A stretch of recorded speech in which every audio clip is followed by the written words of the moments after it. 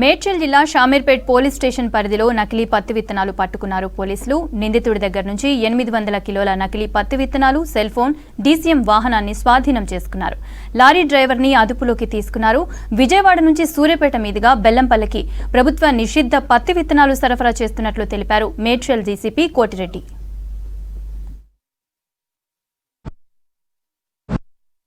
నిన్న జూలై 1వ తారీఖు రోజు ఎస్ఓటీ పోలీసులకి మరియు షామీర్పేట పోలీస్ ఇద్దరికి జాయింట్ గా వచ్చినటువంటి ఇన్ఫర్మేషన్ మీద అగ్రికల్చర్ అధికారులతో కలిసి ఇక్కడ మనకి ఆరెంజ్ బౌల్ దగ్గర ఉన్నటువంటి చౌరస్తాలో ఒక డీసీఎం వెహికల్ అనుమానాస్పదంగా వస్తున్నటువంటి సమాచారంతో ఇంటర్సెప్ట్ చేసి చెక్ చేయడం జరిగింది. చెక్ చేసినప్పుడు అందులో సుమారుగా 800 కేజీల నకిలీ పత్తి విత్తనాలు ఉన్నాయన్నటువంటి సమాచారంతో మనం వెహికల్ చెక్ చేయడం జరిగింది. అందులో చూసినప్పుడు మనకి దాదాపు 20 బ్యాగ్స్ అంటే ఒక్కొక్క బ్యాగ్ లో 40 కేజీస్ కాటన్ సీడ్స్ ఉన్నాయి, కూరియర్ సీడ్స్. దాంట్లో నిందితులను చూసినట్లయితే మనకి ఇప్పుడు మన దగ్గర ఉన్నది నల్ల మల్లేష్, ఇతను బెల్లంపల్లి ఏరియా, మంచిర్యాల డిస్టిక్. వీళ్ళ యొక్క ఓనర్ ఎవరైతే ఉన్నారో గుండా రాజు డైరెక్షన్ చేస్తారన్నమాట. మల్లేష్ వాళ్ళ దగ్గర పోయి అక్కడ మెటీరియల్ ఉంటుంది తీసుకొని రమ్మని చెప్పేసి ఇతను సూర్యాపేట దగ్గర పోయి ఆ సరౌండింగ్ లో చెప్పినటువంటి అడ్రస్ ప్రకారం పోయి అక్కడ లోడ్ చేసుకుంటూ రావడం జరుగుతుంది. అంటే అందుకనే ఇందులో మనం గుండా రాజును కూడా మనం అక్యూజ్డ్ గా సైడ్ చేయడం జరిగింది. ఈ యొక్క నకిలీ విత్తనాలు ఈ మొత్తం కూడా మంచిర్యాల డిస్టిక్ వెళ్తున్నాయి బెల్లంపల్లి ఏరియాకి. ఈ రోజు మనం సీజ్ చేసినటువంటి చూస్తే మనకి